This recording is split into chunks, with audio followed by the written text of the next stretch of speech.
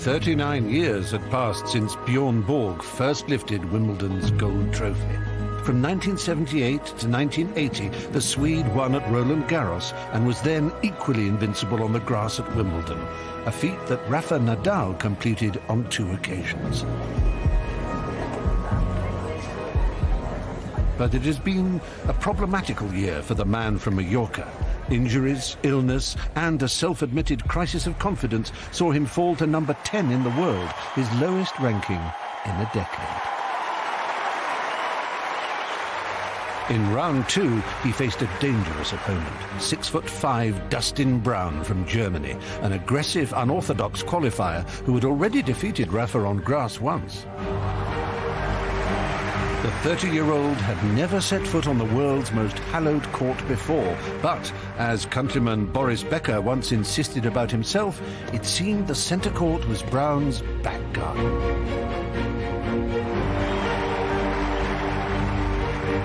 Rafa needed to tread carefully.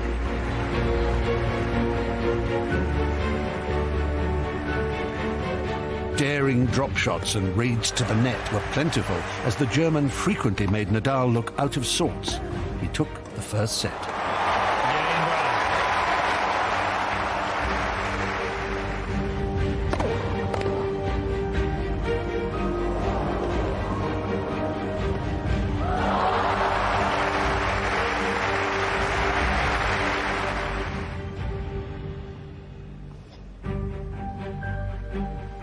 Nadal ventured forward, like his tenacious opponent, and claimed the second.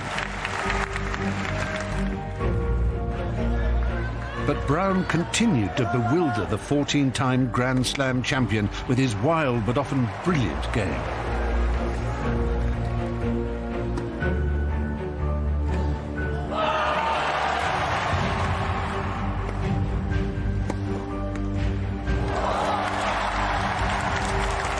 The centre court crowd was torn between applauding for the popular Spaniard, an enduring favourite, or the Rastafarian showman who once travelled around the tennis circuit in a camper van.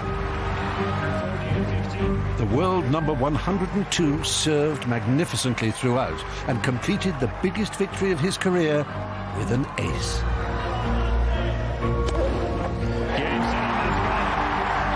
His tactics were brilliantly devised and perfectly executed. Obviously, I'm not unbeatable on the surface, but it comes more natural to me playing on this, especially with my type of game. I know that I can play really well on this, and I'm looking forward to the next match. Probably the best day of my life so far. Acknowledging his father, tattooed on his torso, Dustin Brown knew he had outshone one of the game's brightest lights, but he had been helped by Rafa's lack of energy and authority. This year I was ready to compete well, and I was playing well before that tournament. Had the right preparation, all the things that I thought that were going to be fine to try to play a good Wimbledon. But obviously today it's tough. Ominously, it was his 4th straight Wimbledon defeat to one ranked outside the top 100.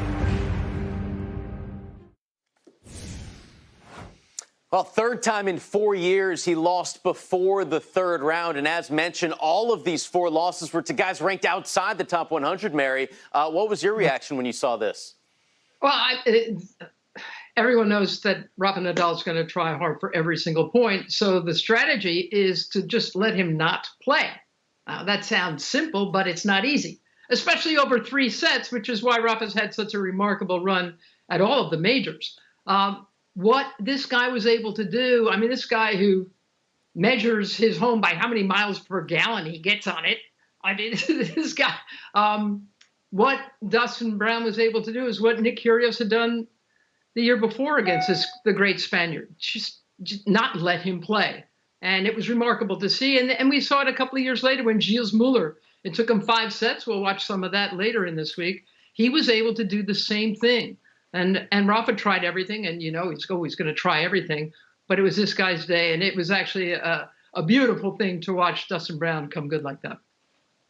Yeah, that's one of the hardest things, Mary, that you mentioned in today's game, particularly the last decade and a half, is game styles and court surfaces are so homogenized, right? We very rarely see a huge contrast. And On the grass courts at Wimbledon, even now, when you get someone with the flamboyance and shot-making skills of Dustin Brown, he's capable of making the greats uncomfortable. That's a really difficult thing to do.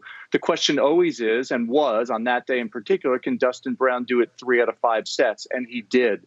It's so much fun to watch the shot-making skills, to watch his ability to create that discomfort, because it's something we're not used to. We're used to lateral tennis. We're used to very homogenized points in this era. So for me, to see the contrast and variation is one thing, but to see it and wonder if that person can do it against a great player, that's another task. So on this day, it was fun to watch, and Dustin Brown sure is a highlight reel.